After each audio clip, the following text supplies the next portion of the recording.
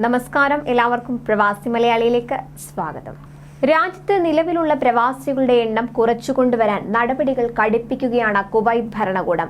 പ്രവാസികളെ കൂട്ടത്തോടെ പിരിച്ചുവിടാൻ ആഭ്യന്തര മന്ത്രാലയം തീരുമാനിച്ച വാർത്ത കഴിഞ്ഞ ദിവസം പുറത്തു വന്നിരുന്നു. ഇതിനു പുറമെ വിവിധ നിയമലംഘനങ്ങളിൽ ഏർപ്പെട്ട പ്രവാസികളെ കൂട്ടത്തോടെ നാടുകടത്തിയിരിക്കുകയാണ് അധികൃതർ. നിയമലംഘനങ്ങളിൽ ഏർപ്പെട്ട് രാജ്യത്ത് കഴിയുന്നവരെ കണ്ടെത്തുന്നവരെ നിയമ നടപടികൾ പൂർത്തിയാക്കി നാടുകടത്തുന്നത് കുവൈറ്റ് തുടരുകയാണ്. തൊഴിൽ താമസ നിയമലംഘനം നടത്തി രാജ്യത്ത് കഴിഞ്ഞു വന്നിരുന്ന പ്രവാസികളെയാണ് ഇപ്പോൾ കണ്ടെത്തി നാടുകടത്തിയത്. കഴിഞ്ഞ 2 മാസത്തിനിടെ മതിയായ രേഖകളില്ലാത്ത 7685 പ്രവാസികളെയാണ് നാടുകടത്തിയത്. തൊഴിൽ താമസ കുടിയേറ്റ നിയമങ്ങൾ ലംഘിച്ചവരാണ് ഇവരെന്ന് കുവൈറ്റ് ആഭ്യന്തര മന്ത്രാലയം അറിയിച്ചു. നിയമലംഘകരെ നാടുകടത്തി തൊഴിൽ മേഖല നിയമാനുസൃതമാക്കാൻ ഒന്നാം ഉപപ്രധാനമന്ത്രിയും ആഭ്യന്തരമന്ത്രിയുമായ ഷെയ്ഖ് തലാൽ അൽ ഖാലിദ് അൽ സബാഹ് നേരത്തെ നിർദ്ദേശം നൽകിയിരുന്നു.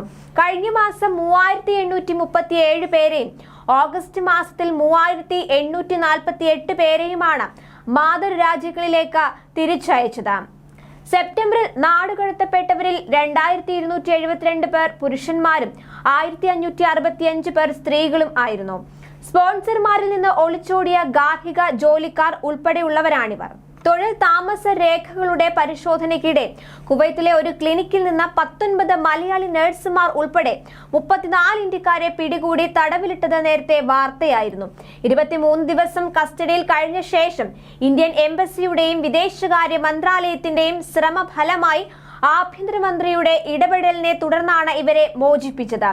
അറസ്റ്റിലായിരുന്ന തൊഴിലാളികൾക്ക് കുവൈത്തിൽ തുടരാനും അനുവാദം പിന്നീട് കൊടുക്കുകയും ചെയ്തു.